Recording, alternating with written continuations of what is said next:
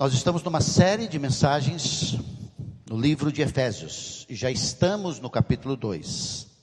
Estamos no capítulo 2 e eu gostaria que você abrisse lá. Enquanto você abre lá, você tem aí no telão o título dessa mensagem: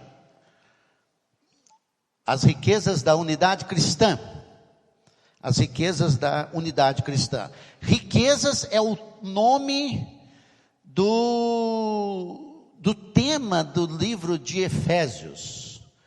Várias vezes você ouviu essa expressão riqueza, que é a riqueza da graça de Cristo em nós. Semana passada nós estudamos os versículos 11 e 12, e eu quero falar hoje sobre o versículo 13 a 15, mas antes de falar, deixe-me dizer algumas coisas importantes. Unidade é o plano de Deus. Por quê? Porque Deus Pai, Deus Filho e Deus Espírito Santo vivem unidos. Só para você ter uma ideia, em Gênesis capítulo 1, na reunião com a Trindade, Deus Pai diz assim: façamos o homem à nossa imagem e semelhança. Façamos. Deus Pai, Deus Filho e Deus Espírito, unidos num plano eterno, que está no capítulo 1 de Efésios, planeja que o homem seja formado, que o universo seja formado, tudo seja formado. Então Deus é um Deus unido. Essa unidade divina não pode ser muito bem entendida, a não ser nos parâmetros que a Bíblia nos traz. Quando Deus cria o homem, depois cria a mulher, de dois faz um. De dois faz um. Um homem e uma mulher torna uma matemática de Deus. É 1 mais 1 igual a 1 mais 1 igual a 1. O homem e a sua esposa, casados, formam uma unidade. O plano de Deus é unidade. A gente tem que lembrar isso sempre. Quando o Senhor Jesus Cristo veio ao mundo, o que ele disse? Antes de sair daqui, a última oração de Jesus, ele disse: para que sejamos um. Mas o pecado entrou no mundo. Com o pecado entrou o quê? A desunião, a discórdia, o egoísmo, os conflitos, as brigas, as lutas, o individualismo, as facções, a desunião. É o que nós vivemos no mundo. Então você vem a Jesus. Quando você vem a Jesus, você é chamado à unidade. Quando você vem a Jesus Cristo, entrega a sua vida para Ele, há uma ruptura profunda entre você e os seus valores antigos, a sua forma de pensar, você e o mundo, para se unir em Cristo e o corpo de Cristo, e o povo de Jesus, para andarem, como disse o apóstolo Paulo em 1 Coríntios, que agora quem está em Cristo é um só corpo com Cristo, é uma unidade com Cristo. A unidade é tão poderosa, que Deus vem habitar em nós. O Espírito de Deus, que é Deus, vem habitar em nós. O apóstolo Paulo diz em Efésios capítulo 1, que o Espírito Santo é um selo de Deus, para o resgate futuro. Quando Jesus voltar, subirão com eles os que têm o Espírito de Deus, os salvos em Jesus Cristo. Por isso que nós não acreditamos que uma pessoa se converte a Jesus e depois ela vai receber o Espírito Santo, porque não é isso que a Bíblia ensina. A Bíblia ensina que quando você vem a Cristo, você recebe o Espírito de Deus, Romanos 8, se torna um só com Cristo, 1 Coríntios capítulo 2, versículo 9. E assim temos uma unidade com Deus, e essa unidade com Deus nos leva ao quê? A obediência, vontade de obedecer, vontade de fazer a vontade de Deus. Eu quero deixar bem claro para que você não se engane. Não interessa se você está na igreja, não interessa se você lê a Bíblia, não interessa se você vem em culto, não interessa se está em pequeno grupo, não interessa se você faz tudo certinho. Se você não tem um coração para obedecer, submeter à vontade de Deus, você não é um com Deus, você não conhece a Cristo. Eu me lembro do avô do Denis, numa conversa que o Denis teve comigo uma vez. O pastor Nelson, o pai do Denis, esteve comigo. Disse que o pai dele foi para uma igreja nos Estados Unidos. Alguém disse: mas essa igreja é muito liberal, essa igreja, se brincar, não tem nem pessoas que conhecem a Cristo lá. Ele disse: eu fui para lá para evangelizar os que estão dentro da igreja. Era o ministério dele. falar de Jesus. Nós não estamos vendo, segundo a Bíblia, um tempo melhor. Nós estamos sempre vendo tempos difíceis. Sempre, sempre, sempre, sempre. E um deles é o crescimento, o assoberbar do individualismo. E esse individualismo reflete seu relacionamento com Deus. Quando você decide as coisas da sua cabeça, da sua própria vontade, você faz o seu próprio destino. Nós cantamos, entrego a ti o meu futuro, mas na verdade a gente não vive nada disso. Não existe essa unidade com Deus. E quem não anda em unidade com Deus, anda descompassadamente. Não consegue entender a vida. Repito, nós não estamos aqui para receber uma bênção. Tira isso da sua cabeça. Apocalipse capítulo 2, versículo 10, Jesus diz para a igreja de Esmirna, diz assim: Satanás, o diabo está para vir aqui, vocês terão provações, mas ele diz assim, seja fiel, seja fiel. Nem sempre você vai ter uma bênção na saúde, nem sempre vai ter uma bênção financeira, nem sempre vai ter uma bênção familiar, nem sempre vai ter uma bênção no emprego, não, nem sempre. O desafio é você manter uma unidade com Deus quando você não vê nada, quando as coisas não são feitas do seu próprio jeito. E quem não caminha em unidade com o Senhor, tem problema de unidade com quem? Com as pessoas. Tem problema. Então o assunto aqui é unidade. Quando as pessoas se convertem a Cristo, são chamados a unidade. Capítulo 2, versículo 11 a 15, diz assim: portanto, lembrai-vos de que outrora vós gentios na carne, chamados incircuncisão por aqueles que se intitulam circuncisos na carne por mãos humanas, naquele tempo estavais sem Cristo, separados da comunidade de Israel, estranhas alianças da promessa, não tendo esperança e sem Deus no mundo. Mas agora em Cristo Jesus, vós que antes estáveis longe, foste aproximados pelo sangue de Cristo, porque Ele é a nossa paz, o qual de ambos fez um, e tendo derribado a parede da separação que estava no meio, a inimizade, aboliu na sua carne a lei dos mandamentos na forma de ordenanças, para que dos dois criasse em si mesmo um novo homem, fazendo a paz. No mundo bíblico havia pelo menos 3 grandes barreiras no mundo antigo. A primeira barreira é dos escravos e livres. No mundo do Novo Testamento, escravos e livres, patrões e escravos, senhores e escravos se convertiam. E esses escravos e livres, dentro da vida da igreja, o que acontece? O apóstolo Paulo diz que aquele que se converteu, em Corinto ele diz, agora em Cristo se tornou livre. Mas se tiver uma oportunidade para você ficar livre, muito bem, aproveite, fora disso não fique preocupado. Vocês, senhores, o apóstolo Paulo diz, vocês não tratem os seus escravos tentando oprimi-los, mas seja como Deus para eles. Então o evangelho juntava escravos e livres no mesmo corpo. Outro problema grandioso que teve no primeiro século, grandes barreiras entre o homem e a mulher. O homem e a mulher. Era tão grande que o apóstolo Paulo escreveu em 1 Coríntios capítulo 7, sobre o que acontece quando uma mulher se converte a Jesus e o marido não. Há uma possibilidade, dentro de uma probabilidade de que talvez essas mulheres fossem abandonadas pelos seus maridos. 1 Coríntios capítulo 7, o apóstolo Paulo explica isso. E o apóstolo Paulo toma todo o cuidado para explicar como é que deve ser a ação de uma mulher em relação ao seu marido, no contexto cristão. Ele explica isso em 1 Coríntios capítulo 11, em Efésios capítulo 5. Mas Pedro toma o cuidado de escrever, nos versículos 1 em diante do capítulo 3, que uma mulher que conhece a Cristo, e o seu marido não conhece a Cristo, ela jamais deve pregar para o seu marido. Jamais. Isso transcende. Você se converteu a Jesus, mulher, e o seu marido não conhece a Cristo, não abra a Bíblia para ele. Não chame-o para vir à igreja. Puxa, pastor, nada disso. você tem que viver. É isso que o apóstolo Pedro explica. Viva. O seu comportamento diferente das mulheres faz a diferença. Na verdade, o que a Bíblia ensina nesse aspecto das mulheres é a salinidade do cristão.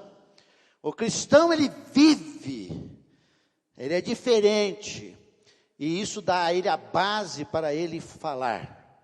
Então, as mulheres viviam essa tensão, além do fato de que uma mulher na sociedade do primeiro século sofria grandemente em termos de chacotas e até mesmo ser rechaçada pela sociedade quando ela abraçava a fé em Jesus Cristo. Era um grande conflito. Outro conflito grandioso que havia na sociedade era entre os gregos e os bárbaros. Na cabeça dos gregos, quem não era grego era bárbaro. Bárbaro porque o grego dizia que o estrangeiro só falava bar, e aí saiu bárbaro.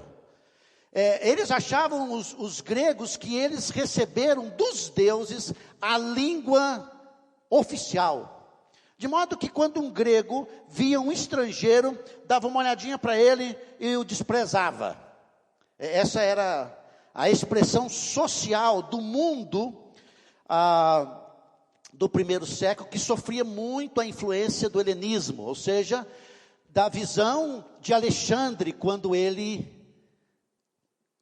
conquistou o mundo, que depois os romanos também conquistaram, mas a influência do grego foi grande, tão grande que o Novo Testamento é escrito em grego popular, chamado de grego koiné. O apóstolo Paulo achava-se devedor, por exemplo, a esses grupos, Romanos 1,14, porque através do Evangelho, a mensagem do Evangelho de Jesus ia para o primeiro século e destruía esses conflitos. Romanos 1,14, pois sou devedor tanto a gregos como a bárbaros, tanto a sábios como a ignorantes. O apóstolo Paulo diz, tem que pregar o Evangelho para todo mundo. Em Colossenses capítulo 3,1, quando as pessoas, 3,11, quando se convertia, o apóstolo Paulo diz assim, em Jesus não pode haver o quê? Grego, nem judeu. Circuncisão, bárbaro, cita, escravo, livre, porém Cristo é tudo em todos. Quando Jesus entra na vida, ele junta todo mundo. São paulinos vibram com corintianos. Uau. Vilanovenses com torcedores do Goiás, né? Em Cristo passamos a viver de forma unida. Quebram-se as barreiras sociais, culturais, econômicas. As nossas barreiras no primeiro século são de nível cultural e econômico. Você me ouve falar várias vezes aqui, e vai continuar ouvindo. Nessa igreja, nós não tratamos ninguém de doutor, de doutora, de senhor, meu amigo, ficamos felizes que você tem uma influência lá fora, Deus te abençoe, te use. Você teve essa situação de posição financeira para ser um instrumento de Deus na sociedade, para ganhar pessoas para Cristo e ser um instrumento de bênção aqui uns com os outros. Vivemos essa unidade. O Evangelho de Jesus rebenta tudo isso aí. Tudo. Estamos em Cristo. E estar em Cristo, nós vamos recebendo de Deus a visão de uma caminhada de unidade. E unidade não é uma coisa muito boa, muito bem-vinda, muito bem entendida para o sul-americano, o latino, o brasileiro. É difícil. Estou dizendo que outros países não, mas eu estou dizendo que aqui nós temos uma tendência de caminharmos de vidas individuais. Exemplo. Nós queremos ajudar você a estar em pequeno grupo. Ontem nós tivemos a confraternização dos nossos pequenos grupos, dos facilitadores de pequenos grupos, uma conversa, um tempo junto, gostoso e tudo. Mas algumas pessoas resistem a estar com gente. Resistem a andar numa visão de unidade da igreja. Resiste. Alguns de nós resistimos a ouvir a palavra e praticar a palavra. Resistimos. Por quê? Porque nós temos um eu absorvido, voltado. A sociedade ensina isso. Os nossos líderes ensinam isso. Os nossos líderes tiram cerca de 60 bilhões de uma estatal que supostamente no papel é nossa como brasileiro. Se algum de nós aqui trabalhamos em qualquer área governamental, sabe disso. Como o egoísmo impera. E na igreja, a gente compra essa ideia, traz aqui para dentro. E juntos também trazemos isso para outros relacionamentos com outros irmãos. O apóstolo Paulo nos ensina claramente, Efésios 4:3, diante até 5, ele diz: esforçando-vos diligentemente, esforçando-vos para preservar a unidade do Espírito no vínculo da paz. Por que esforçar? Porque não é natural. Não é natural. Tem que ter esforço. Tem que ser alguma coisa assim, focada. Uma expressão de realidade, de compromisso. Tem que esforçar. E esforço cansa. Ok? Então eu preciso sair daqui hoje pela manhã dizendo, como nós cantamos, eu sou um com você, meu irmão. Então quando um problema aparece para um irmão em Cristo que você nem conhece, você não pergunta o que eu posso fazer para ajudar. Se nós temos um esforço comum, como no dia 6/12, estarmos lá no teatro evangelístico para as crianças, e você tem tempo para isso, procure aí a Cláudia e o Fernandinho, diga, eu quero estar lá. Se nós vamos ter uma reunião quinta-feira agora, para louvarmos a Deus, estamos aqui em ação de graça, se organize para isso. Ok? Se organize. Aprenda a viver em unidade, fica melhor, fica mais fácil. Mais importante, é um esforço. Efésios 4:4, continuando, há somente um corpo, o corpo de Cristo é só um, e um Espírito, o Espírito Santo é um, que nos mantém em unidade, como também foste chamado numa só esperança, só em Jesus, a esperança da vossa vocação, ou seja, quando Jesus Cristo o chamou, que é muito bonito a expressão que você vai ver aqui em Atos capítulo 2, versículo 39, o apóstolo Pedro diz assim, a quanto Deus chamar, nós fomos chamados por Deus para a salvação e para ser da igreja de Jesus. Efésios capítulo 1, você viu isso com detalhes. Chamada é um só corpo, um só Espírito, uma só chamada, uma só esperança. Versículo 6, ele diz assim, há um só Senhor, uma só fé. Queridos, há uma só fé, viu? No meio dos que conhecem a Jesus, há uma só fé. A fé é assim, é Jesus Cristo, é Deus Salvador, o único Salvador, que conclama os pecadores para que se arrependam, creiam nele, e uma vez crido nele, se tornando discípulos do Senhor Jesus, se batizam. E diz para todo mundo que conhece a Cristo. Essa é a fé. Não adianta unidade onde não tem uma mesma fé, não é unidade. Nós não nos juntamos com pessoas que não têm essa fé básica. Nós não juntamos com pessoas que não creem em Jesus como o único Salvador. Nós não juntamos com pessoas que não creem que as pessoas têm que se arrepender. Nós não juntamos com grupos religiosos e pessoas o foco de vida não é a pessoa e a obra de Jesus Cristo. Nós não juntamos com quem não crê no arrependimento, na mudança. Então nós juntamos. Por quê? Porque a Bíblia diz, há uma só fé, um só batismo. O batismo aqui é o batismo do Espírito de Deus, que nos juntou em Cristo. Um só Deus e Pai de todos. Que todos? Todo mundo? Não. Um só Deus e Pai de todos os que creram em Jesus. Vou falar isso com mais detalhes quando passar nesse texto. E diz, esse Deus, o qual é sobre todos, age por meio de todos e está em todos. Todos quem? Os convertidos. Os que são dele. Então nós temos um Deus reinando sobre todos, um Deus que está agindo individualmente para o todo. Está em todos, é unidade. Unidade. Versículo 13, ele diz assim, capítulo 4, até que todos, com o Deus de todos, cheguemos à unidade de fé, do pleno conhecimento do Filho de Deus. O que significa isso? Não existe unidade, queridos, se nós não agregarmos a nossa vida centrada na pessoa de Jesus Cristo. Não tem unidade. Tudo na Bíblia converge em Cristo. Você viu isso? Tudo converge em Jesus. Os últimos versículos do capítulo 1. Tudo é Cristo. Então nós temos que conhecer Jesus.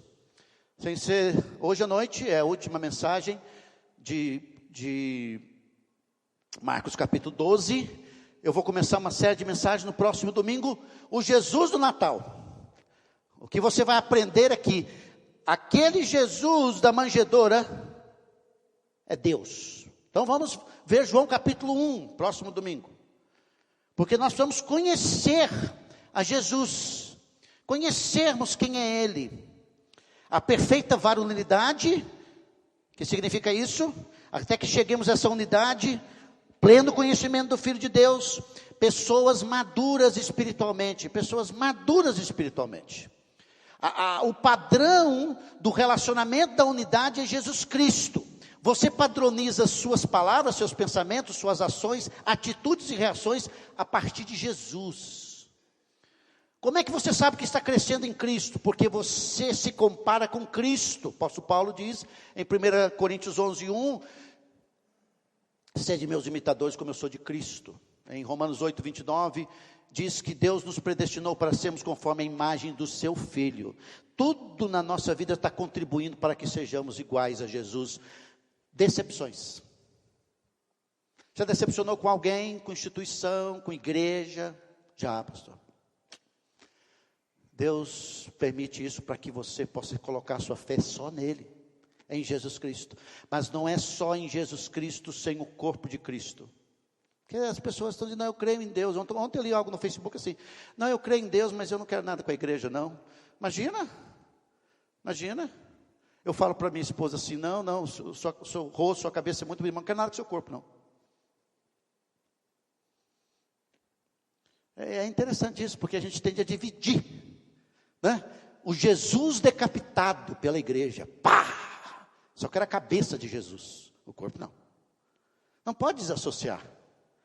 É claro que, como igreja, a gente sabe quantas gente estão machucadas com igreja, meio de regras. Eu, essa semana, atendi uma pessoa que ligou para mim por atitudes imaturas da igreja. Fez a pessoa sofrer muito.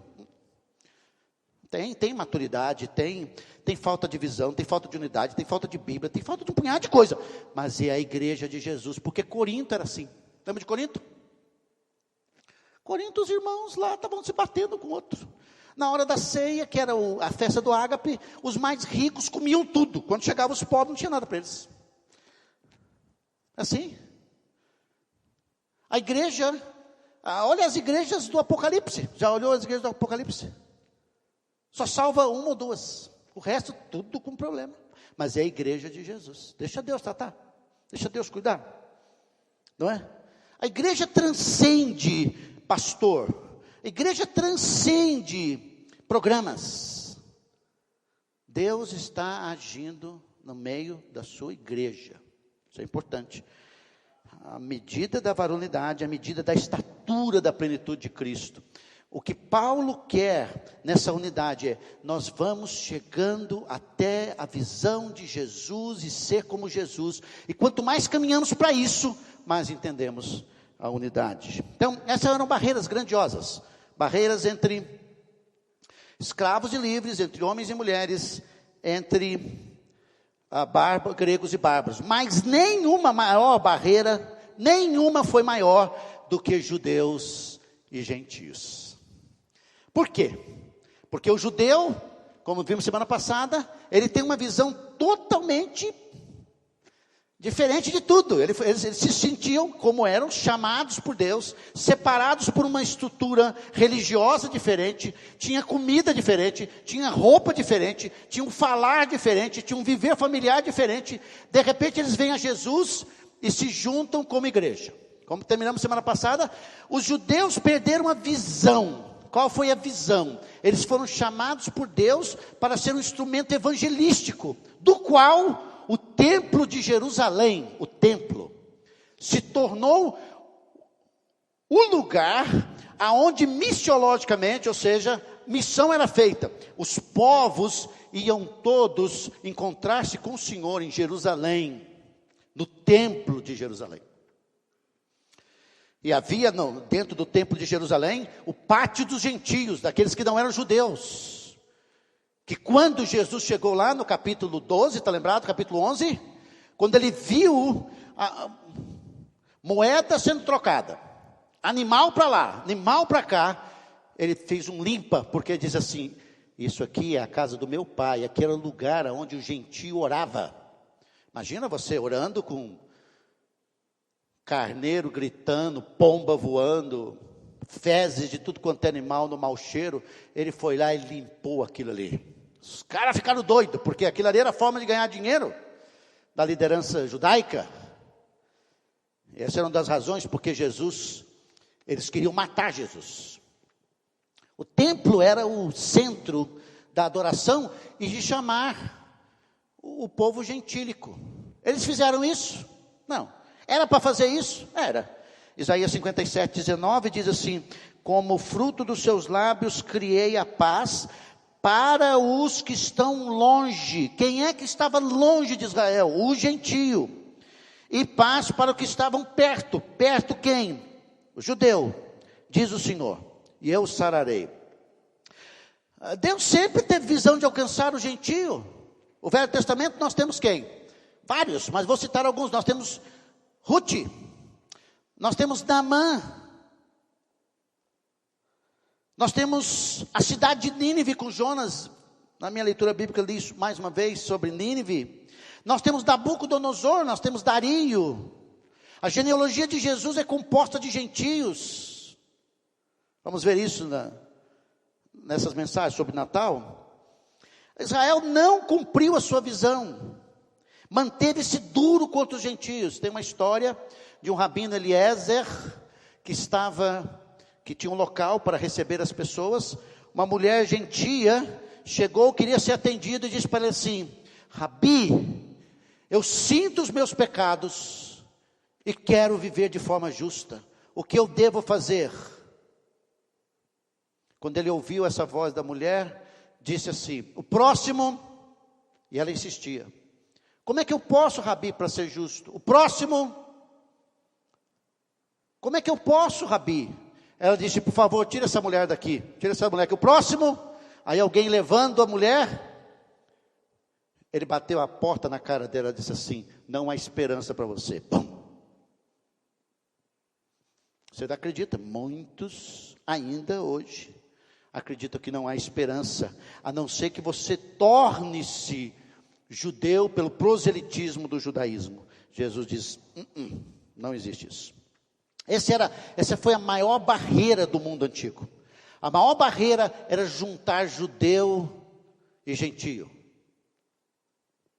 E era barreira para os judeus cristãos. Abra comigo a sua Bíblia em Atos 10. Atos 10.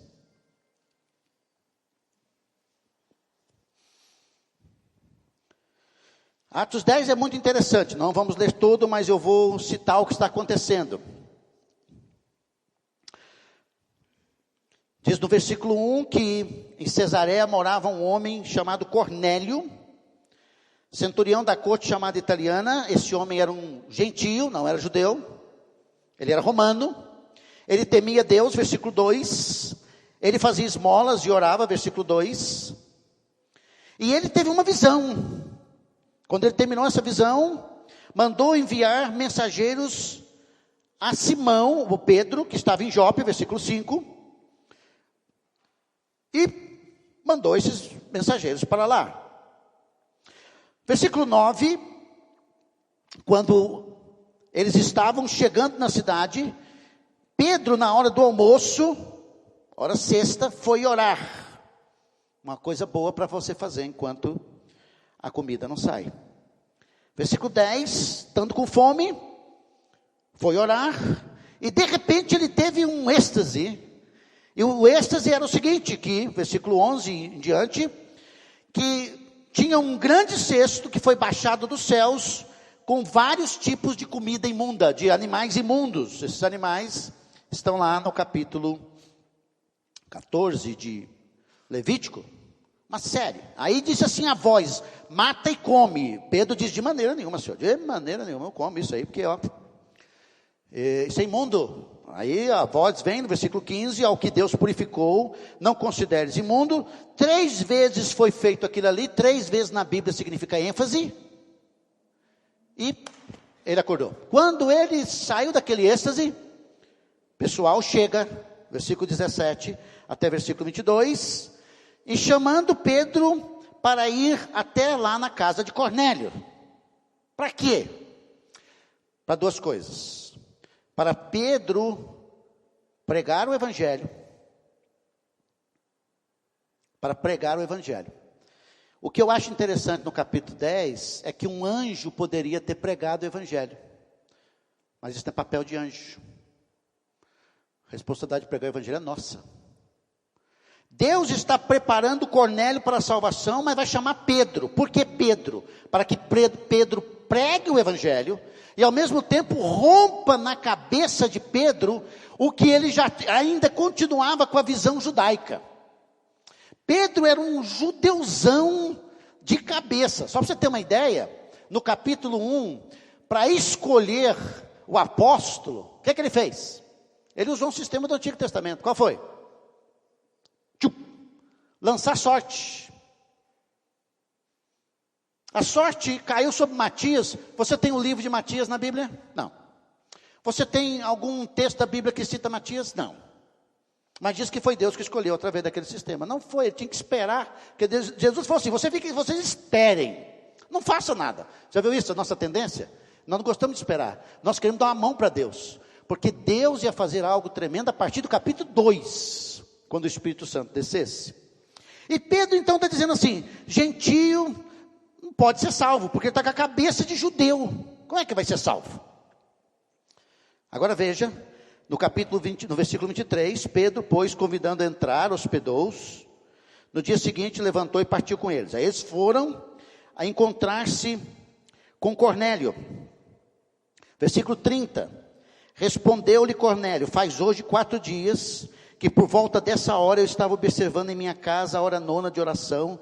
Eis que se apresentou diante de mim um varão de vestes resplandecentes e disse, Cornélio, a tua oração foi ouvida e as tuas esmolas lembradas na presença de Deus.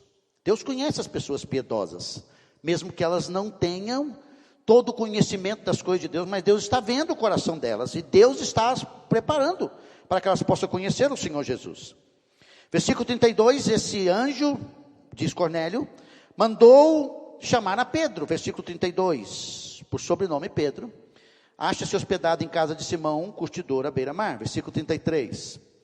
Portanto, sem demora, mandei chamar-te e fizeste bem em vir. Agora, pois, estamos todos aqui na presença de Deus, prontos, olha aí, ó, prontos para ouvir tudo o que foi ordenado da parte do Senhor. Eu queria parar aqui e dizer o seguinte, você já pediu para Deus assim, Senhor, me use? Você já orou? Senhor, usa-me. Senhor, usa-me para alcançar uma pessoa para o Senhor. Porque há pessoas que estão sendo preparadas por Deus para serem salvas, mas está precisando de alguém para ir lá pregar. Deus está preparando corações. Aqui está Pedro. Ele diz assim, alguém diz, eu quero saber tudo que veio de Deus. Versículo 34. Está aí no slide. Então falou Pedro dizendo, reconheço por verdade, olha aí, ó, que Deus não faz acepção de pessoas. Ele estava fazendo. Porque ele era judeu e diz assim, levar os gentios a Cristo de forma nenhuma.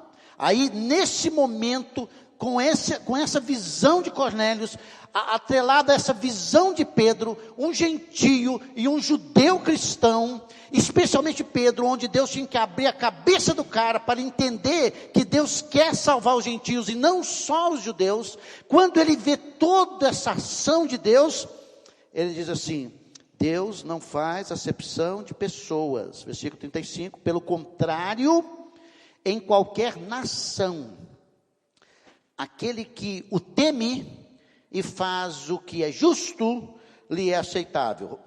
Veja esse texto de Deuteronômio 10, 17. Deus já dizia isso. Pois o Senhor, vosso Deus, é o Deus dos deuses e o temível, que não faz acepção de pessoas. Amai, pois, o estrangeiro. O presidente Barack Obama, essa semana, assinou um decreto nos Estados Unidos que vai beneficiar 5 milhões de estrangeiros que vivem no país, e dentro da comunicação dele à nação, que os republicanos ficaram doidos da vida, disseram assim: não diz ele a Escritura que devemos amar os estrangeiros? Deus não faz acepção de pessoas. Essa é uma tendência da entrada do pecado no mundo. Jesus é só para mim. Já viu aquela visão distorcida de missões? As pessoas falam assim: tem tanta gente para ganhar aqui em Goiânia, e o pessoal vai para o Piauí. Fazer o que lá no Piauí? Tem tanta gente para ganhar em Goiânia, e os caras vão para o Haiti, para ficar bonitinho, né? Piauí com Haiti, né? Então, fazer o que lá? É porque Deus faz assim, ó. Chama Jonas e diz assim: Jonas, é o seguinte, eu quero que você vá a 900 quilômetros, cara, ó. Vá lá para Nínive. Vai lá para a potência lá. Sabe por quê? Porque Deus é o Deus que quer mexer na história. Ele não fica aí, Ele não está aqui para deixar você na zona de conforto. Quem quer ficar em zona de conforto somos nós. Então Deus quer salvar o gentio. E a primeira pessoa que Deus vai usar é Pedro. Por que Deus vai usar Pedro? Porque a Pedro foi dado as chaves. Ele abriu o evangelho para o judeu em Atos 2, e agora abre o evangelho para os gentios em Atos 10. No versículo 44, Pedro estava falando, ele dá um testemunho, no versículo 44 diz assim: ainda Pedro falava quando lhes caiu o Espírito Santo sobre todos que ouviam a palavra. O que significa isso? Pedro está falando, tem Cornélio, sua casa, seus amigos ali, ele reúne todo mundo. Pedro está pregando o evangelho, presta atenção que é importante esse texto. Ele prega o evangelho, quando ele está pregando, o Espírito Santo, bum, cai, abre a mente do indivíduo, se converte. Eu não sou uma pessoa que faço apelo para o cara vir a Jesus, não faço. Não acredito. Não tenho nada contra quem faz. Mas a nossa responsabilidade é pregar o Evangelho de Jesus. Várias pessoas estão aqui, que entregaram sua vida a Cristo, disseram assim para mim: pastor, estava num dos cultos da igreja, ou estava quando a palavra de Deus estava sendo exposta, de repente a minha mente fez assim, ó, pum, entendi. Eu tenho um testemunho de uma pessoa aqui da nossa igreja, que no dia 1º de janeiro de 2014, mandou para mim uma mensagem dizendo assim: pastor, eu quero nesse primeiro dia do ano dizer assim: entendi o Evangelho de Jesus. Por que entendeu? Porque o Espírito Santo abriu. E nós temos que pregar. Nosso negócio não é convencer ninguém. Nosso negócio é pregar o Evangelho, falar de Jesus, transmitir o Evangelho. Deixa o Espírito Santo fazer a obra, porque é Ele que convence o homem do pecado, da justiça, do juízo, que fez naquele dia com os gentios. Versículo 45, e diz: e os fiéis que eram da circuncisão, quem? Os judeus que vieram com Pedro, admiraram-se, pois também sobre os gentios foi derramado o dom do Espírito. Por quê? Porque na cabeça dessas pessoas cristãs, acreditavam que a promessa de Joel, que se cumpriu em Atos 2, é só para o judeu. E não era. Você está vendo que era uma barreira grandiosa. Era uma mega barreira. No capítulo 11, o que Deus faz? Deus manda uma grande perseguição. No capítulo 11, o apóstolo Pedro, ele é confrontado quando ele volta, dizendo: você entrou na casa de gentio? Ainda bem que ele levou uns caras lá para dizer o que aconteceu. Ele depois faz a sua defesa dizendo assim, versículo 17: pois se Deus lhes concedeu o mesmo dom que a nós nos outorgou quando cremos no Senhor Jesus, que dom que foi concedido, o Espírito do Senhor. Deixa eu fazer uma colocação aqui, porque é importante. O Novo Testamento é assim: Deus, a experiência de Deus com o Espírito Santo, com os gentios, abre a porta ao Evangelho de Jesus para os judeus. Por que aconteceu isso em Atos 2:10? porque a presença agora do Espírito Santo entra na vida dos gentios e juntam num só corpo quem? Judeus e gentios. O apóstolo Pedro diz, se o Senhor concedeu o dom, o mesmo que concedeu a nós, o Espírito Santo, quando cremos no Senhor Jesus, quem era eu para resistir a Deus? A cabeça de Pedro, daquele povo, da igreja, fez assim, ó, pum, abriu. Entendi. O que é que Deus faz? Capítulo 11. Nos versículos 19, Deus manda uma grande tribulação, versículo 19, e a mensagem começa a ser pregada onde? Em Antioquia, ok? Nunca foi da vontade de Deus que a igreja fechasse em si mesma, especialmente a igreja de Jerusalém, porque Marcos 16:15, Jesus já disse o quê? Ele disse, ide por todo mundo, pregar o evangelho a quem? A toda criatura. A quem? Toda criatura. Nunca passou na cabeça de Jesus que era só para os judeus, mas Deus tinha que quebrar isso na cabeça das pessoas, e para isso mandou no capítulo 12 uma tribulação, para que fosse o evangelho pregado aos que não eram judeus. Em Atos capítulo 15, abre lá comigo. Aqui nós temos o apóstolo Paulo antes, no capítulo 13, é enviado para os que não eram judeus, e o problema do capítulo 15, veja bem, barreira entre judeu e gentio, diz assim, alguns indivíduos que desceram da Judéia, ensinavam aos irmãos, quem? Os irmãos judeus, o seguinte, se não vos circuncidades segundo o costume de Moisés, não podeis ser salvos. O que significa isso? Que logo que os gentios começam a se converter, um grupo de judeus disse o seguinte, essa moçada que se converteu aí, que não são judeus, para eles serem salvos, eles têm que se tornar judeu, e tem que viver no rito judaico. Apóstolo Paulo diz, de jeito nenhum, aí é uma briga, uma confusão. Capítulo 15, a confusão foi tão grande, que reuniu em Jerusalém para resolver essa parada. E foi resolvido, versículo 8 e 9, veja, olha as coisas se juntando, veja quem é que fala, Pedro fala, vamos ler no versículo 6, então se reuniram os apóstolos e os presbíteros para examinar a questão, havendo grande debate, Pedro tomou a palavra e disse, irmãos, vós sabeis que desde há muito Deus me escolheu dentre vós, para que por meu intermédio, ouvisse os gentios a palavra do evangelho e cresce, não para que ele fosse papa, não, para que ele abrisse a chave para abrir o reino, pregasse o evangelho. Ora, o Deus que conhece os corações, lhe deu testemunho, concedendo o Espírito Santo a eles, como também a nós nos concederam. Aonde? Em Atos 10, na casa de Cornélio, versículo 9, e não estabeleceu distinção alguma entre nós e eles, está vendo aí? Purificando-lhes pela fé o coração. Aí ele diz assim, versículo 10, agora, por que tentais a Deus, pondo sobre a serviço dos discípulos, um jugo que nem nós, nem nossos pais, puderam suportar, nem nós, versículo 11, mas cremos, olha aí, que fomos salvos pela graça do Senhor Jesus, como também aqueles o foram. A maior barreira era judeu e gentio.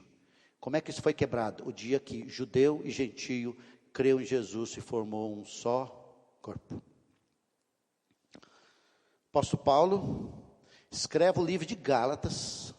O livro de Gálatas é escrito para dizer assim, temos que crer só em Jesus. E qualquer pessoa que tenta juntar a lei de Moisés e Jesus Cristo é uma heresia. É uma obra da carne. Pronto. Então nós não trazemos sábado para dentro da igreja. Nós não trazemos candelabro para dentro da igreja. Aqui não tem bandeira branca e azul de Israel. Eu não ando com kippah. Eu não preciso usar veste sacerdotal. Eu fui num casamento em que o pastor pregou. Depois que pregou do casamento, veio uma pessoa mais do que o pastor. Aí colocaram o kippah nele, colocaram um manto sobre ele. Conversa. Isso não existe na Bíblia. Não existe no Novo Testamento.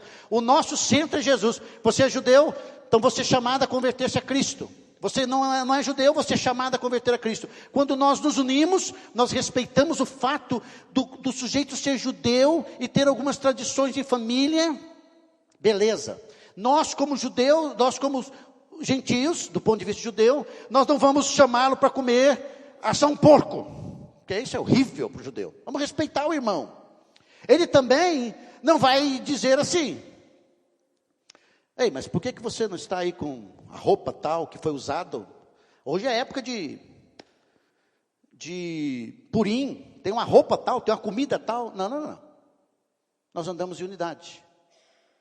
Nós não trazemos para dentro da igreja, judeu e gentio, o que é dos judeus, nem do que são dos gentios.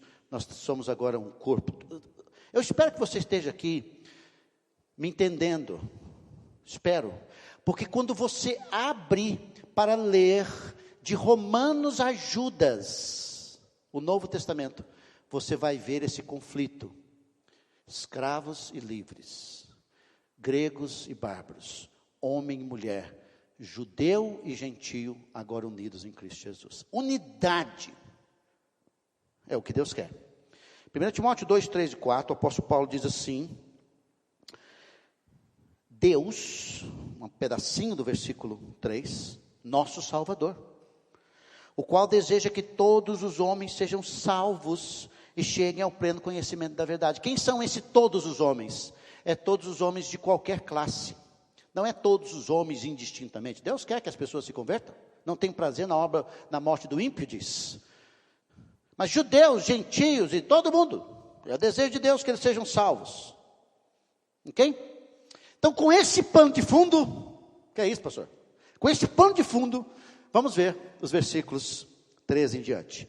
Então, Cristo é que traz a unidade. Então, a unidade é trazida em Cristo Jesus. Versículo 13 do capítulo 2 diz o seguinte: mas agora em Cristo Jesus. Por que mas agora? Porque não era assim. Havia uma grande barreira, você viu semana passada. Agora, nesse exato momento, nós temos unidade por causa de Jesus. Quem é a chave? É Jesus Cristo. Em Cristo Jesus. Várias vezes em Efésios nós temos a palavra em Cristo, é nele. Então, a unidade trazida em Jesus. Número 1, versículo 13. Aproximou-os de longe. Veja aí, versículo 13. Mas agora em Cristo Jesus, vós, quem? Os gentios, que estavais, o quê? Longe. Fostes aproximados pelo sangue de Cristo. Longe. Em Atos 2:39, Pedro diz o seguinte: mas para vós outros é a promessa, para vossos filhos, os judeus, e para todos os que ainda estão longe. Quem? Gentios. Ele pregava isso, na hora de viver que foi difícil, lá em Atos 10. E para quantos o Senhor nosso Deus chamar. Deus está salvando gente. Sabia disso? Deus está preparando corações para ser salvos, tanto judeus como gentios, e trazendo para nós, Deus está preparando pessoas para ser salvas. Eu tive essa semana com o Alexandre foi membro dessa igreja. Ele falou para mim assim: pastor, durante muitos anos o meu pai resistiu, muitos anos, muita coisa aconteceu na vida do meu pai, mas um dia, depois de muitos anos, ele veio a Cristo, reuniu todos os seus filhos e foi batizado. Depois que ele foi batizado, passaram alguns dias, ele morreu. Calma. Não é porque Deus não salva agora, não vai salvar amanhã. Temos que ter paciência. Há um plano de Deus em que Deus está chamando. Mas Deus está chamando gente, parentes para o futuro. Mas Deus está chamando gente agora. Que você e eu devemos nos dispor e dizer: Senhor, usa-me. Deus está chamando. Chamando para um corpo. Você não pode ser um cristão sem estar envolvido com o corpo da vida da igreja. Não pode. Não pode ser um cristão para viver em unidade do seu jeito. Eu faço as coisas do meu jeito. Como a igreja não tem unidade, eu faço a minha unidade. Eu promovo a minha unidade. Eu faço o que a igreja não faz. Não, Senhor. Tem que orar. Versículo 13, apóstolo Pedro, no versículo 13 anterior, ele diz assim: fostes aproximados pelo sangue de Cristo. O que é isso? A nossa unidade foi conquistada quando Cristo morreu na cruz. O sangue de Cristo significa que Ele pagou o preço para nós termos um perfeito relacionamento. Os casais chegam e dizem assim, não, nós estamos assim, sabe, nossa vida é assim. É porque vocês não entenderam. Não entenderam que em Cristo Jesus nós fomos chamados para a unidade no casamento, fomos chamados para a unidade em família e fomos chamados para a unidade em igreja. O que destrói relacionamentos? Duas coisas: egoísmo e orgulho. Destrói. A gente deixa ser destruído por causa disso, mas Jesus morreu na cruz, deu seu sangue, para que nós pudéssemos ser unidos, não é? Aproximados. Apocalipse 5:9, olha aí. Entoava um novo cântico dizendo, o que? Digno és de tomar o livro, falando a Jesus, e de abrir-lhes os selos, porque foste morto, e com teu sangue compraste para Deus todos que procedem de tribo, lá, da onde? Indígena brasileiro, das tribos da África, das tribos da Ásia,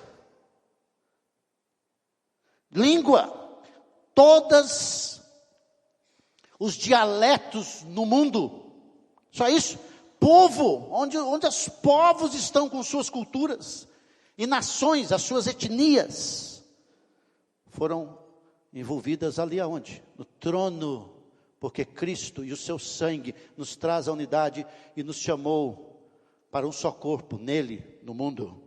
Temos que ter uma visão globalizada. Nós não podemos ter uma visão individualizada, icesiana. Nós temos que ter uma visão no mundo. Está entrando, saiu no Popular de hoje, cerca de 8.409 pedidos de imigração no Brasil. O país vai crescer em imigração, sabia? Diz que para Goiás é muito pouco.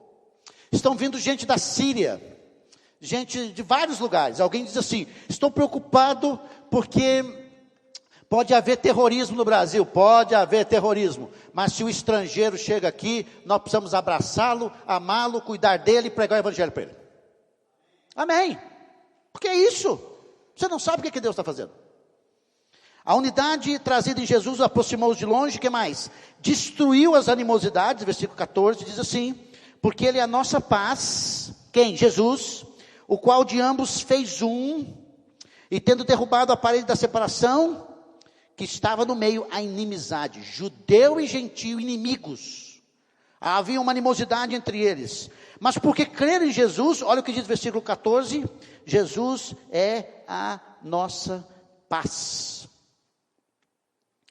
Jesus é a nossa paz. Quando Jesus nasceu, lembra o que os anjos falaram para os pastores? Glória a Deus nas alturas e paz aos homens. Isaías 9:6 diz assim, porque um menino nos nasceu, no dia do Jesus nasceu em Belém, um filho se nos deu, o governo está sobre os seus ombros, o seu nome será maravilhoso conselheiro, Deus forte, Pai da eternidade, príncipe da paz. Sexta-feira eu mandei um bom dia baseado em João 14:27, que diz, deixo-vos a paz, a minha paz vos dou. É inadmissível que você diz ser cristão e ainda ter hostilidade uns com os outros. Ser cristão e viver magoado um com o outro. Ser cristão e não resolver os seus problemas de relacionamento. Ser cristão e fortalecer os seus conflitos. Ser cristão e não ter a capacidade e humildade para dizer, eu quero te pedir perdão. E a capacidade e humildade para dizer, está perdoado. Eu estive num curso na década de 90 no Havaí, fiquei 23 dias lá. E se juntaram 60 nações do mundo. Numa dessas nações, encontraram-se ali irmãos japoneses e chineses. Na Segunda Guerra Mundial, o Japão entrou na China e matou muita gente. E aquele cristão japonês, junto com o chinês, na frente daquelas nações, disse assim, eu quero hoje, em nome do meu povo, pedir perdão aos irmãos da sua nação e a você como chinês, porque nós pecamos contra vocês, entramos no seu território, matamos pessoas, eu peço perdão. Chorava copiosamente. Ele na visão cristã, de busca de unidade, de arrependimento. Tenha paciência, irmãos. Você tem hoje pela manhã conflito com pessoas. Isso é a coisa mais importante para você fazer. Sair daqui e resolver isso. Resolver os seus problemas. E quem é que vai? Quem é ofendido? Você está ofendido? É você que vai. Porque quando Deus esteve ofendido, em Gênesis capítulo 3, ele foi atrás de Adão. Em Mateus capítulo 18, Jesus disse, se você tem alguma coisa contra o seu irmão, vai procurar entre você e ele só. O assunto é tão importante que quando um conflito não é resolvido, você coloca gente. Se não te ouvir, você leva o irmão. O assunto é tão importante que se não tiver conciliação, nós levamos para a igreja. E se a pessoa não quiser, diga, meu amigo, aqui não é lugar para você, ó. Aqui é lugar onde que nós erramos, pedimos perdão, resolvemos conflitos. Porque Jesus é a nossa paz. A unidade trazida em Jesus, aproxima de longe, destrói as animosidades, e que mais? Aboliu a lei cerimonial. Versículo 15, diz assim, aboliu na sua carne a lei dos mandamentos de forma de ordenança. Que lei é essa? Antigo Testamento, a lei é dividida em duas. A lei moral dos 10 mandamentos que não foi abolida. Alguém diz assim, como é que eu sei que eu sou pecador? É simples. Como é que você evangeliza uma pessoa? Pelos 10 mandamentos. A pessoa diz assim, eu não sou pecador. Ah, não? Vamos fazer um teste aqui. Você já mentiu para alguém? O que a pessoa vai falar? Já. Então, como a Bíblia chama a pessoa que mente? Mentiroso. Talvez você não tenha praticado o ato sexual, mas já pensou na sua mente em ter uma experiência sexual com fulano de tal? A pessoa já gagueja, né? Não, então, você nem gaguejou, já estou dizendo para você. É adultério. E quem adultera é o quê? Adúltero. Então a lei diz assim que somos pecadores, que precisamos desesperadamente de Deus. Essa é a lei moral, não se mexe nela. Mas a lei cerimonial, com os sacerdotes, com os sacrifícios, com os dias, tudo isso foi cumprido em Cristo e abolido quando Cristo morreu na cruz. Apóstolo Paulo está tão consciente disso, que em Colossenses capítulo 2 diz, não deixe que ninguém lhe julgue por lua nova, por sábado, por nada dessas coisas. Acabou tudo isso. Cristo libertou-nos. Agora nós somos dominados por uma nova lei. Mateus capítulo 22 diz que devemos amar a Deus e amar o próximo. João 13:34, Jesus diz assim, um novo mandamento vos escrevo, que vos ameis uns aos outros, assim como eu vos amei. Eu não estou dando um conselho, eu não estou dando uma oportunidade. Jesus não está dizendo assim, eu estou lhe dando uma opção. Ele diz assim, eu estou mandando que vocês amem. Esse é agora o mandamento. Na cruz tudo foi abolido. Por último, antepenúltimo, criou um novo homem, diz assim, e criasse em si mesmo um novo homem. A palavra novo aqui, tem duas palavras novas no grego, noés, que é novo em termos de 0 quilômetro, e kainos, que é aqui novo em termos de qualidade. Jesus está dizendo que criou agora, na qualidade, um novo homem. Que novo homem é esse? A junção de judeu e a junção de gentio, que forma a igreja. O que é a igreja? A igreja é algo novo. Nós também não acreditamos que a igreja está no Antigo Testamento. Tem gente que abre a Bíblia e diz assim, aqui em Israel, aqui tem a igreja no Velho Testamento. Não tem. Não, isso é uma interpretação errada. Velho Testamento é Israel, Novo Testamento é igreja. O apóstolo Paulo diz que nós não devemos ser escândalo, nem para judeu, e nem para gentio, e nem para a igreja de Cristo, ok? A igreja é um mistério, o apóstolo Paulo vai falar em Efésios 4, é um mistério, nunca teve antes. A igreja é essa junção de povos que vieram e se juntaram em Cristo, é um mistério, é um novo, ok? Grandes problemas se dão porque junta a igreja, Israel com igreja. Quando você junta Israel com igreja, vira confusão, uma salada na cabeça. Não, Israel é Israel, igreja é igreja. Deus está trabalhando hoje com a igreja e Deus tem um plano futuro de Israel como nação, para cumprir as profecias do Antigo Testamento.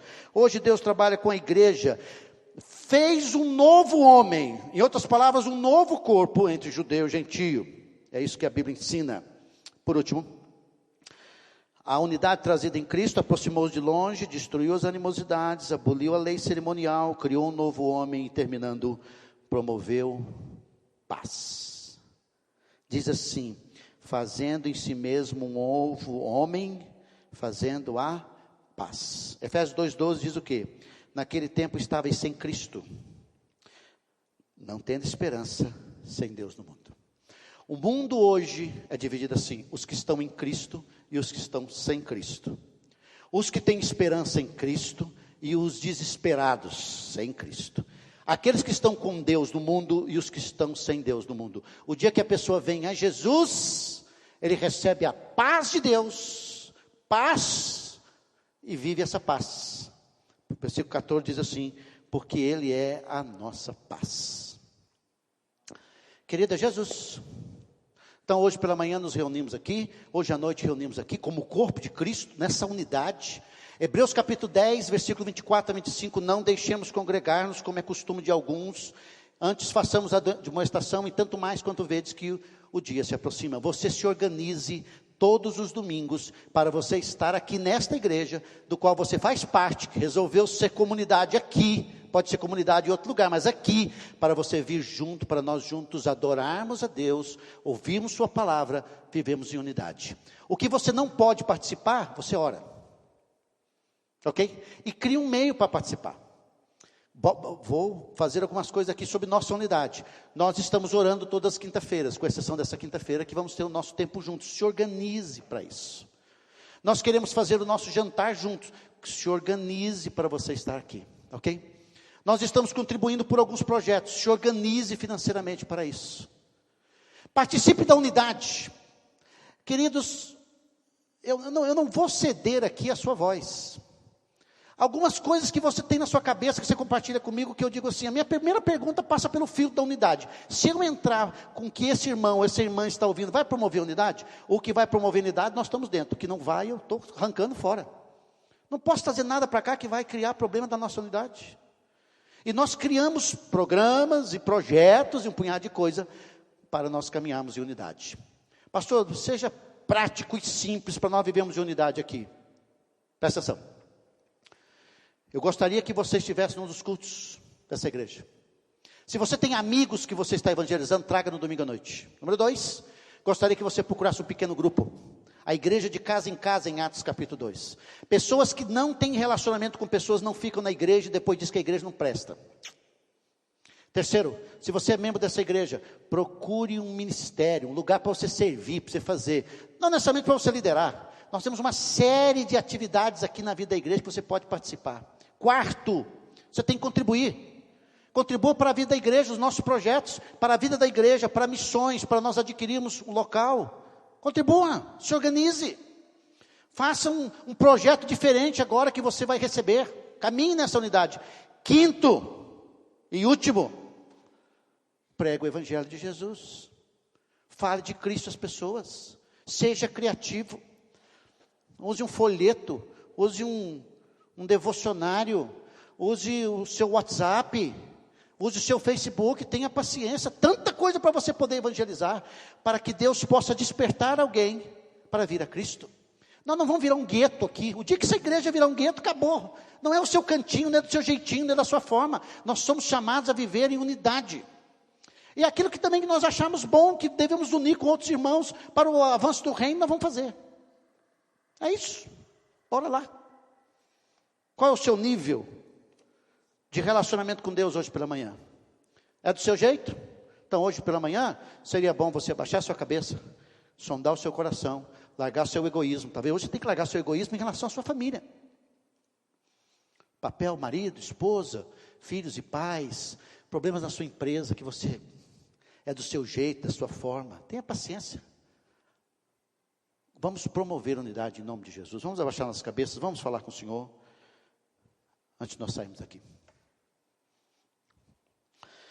Nosso Deus, eu peço ao Senhor que o Senhor nos ajude a vivermos e esforçarmos pela unidade, conforme Jesus orou e conforme o apóstolo Paulo nos ensinou no capítulo 4 de Efésios. Dá-nos a graça de sairmos do nosso egoísmo, Senhor Deus, dessa visão de que temos que fazer as coisas do nosso jeito, da nossa forma. As coisas têm que caminhar do jeito que nós queremos, porque senão eu não vou participar. Esse é um espírito egoísta e que produz divisão. Ajuda-nos como igreja a andar na unidade que o Senhor nos chama a andar. Muito obrigado pelas tuas palavras aos nossos corações nesses últimos 2 domingos. Que o Senhor possa encher as nossas vidas de um coração puro e pleno de unidade, para a tua honra e glória.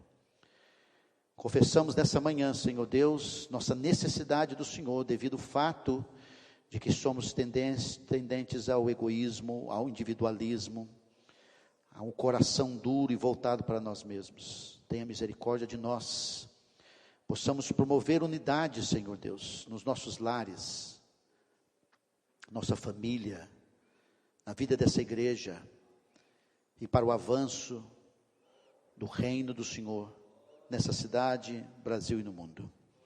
Oramos ao Senhor, porque Jesus foi à cruz, e pagou o preço por essa unidade. Louvamos o Senhor, porque Jesus é a nossa paz.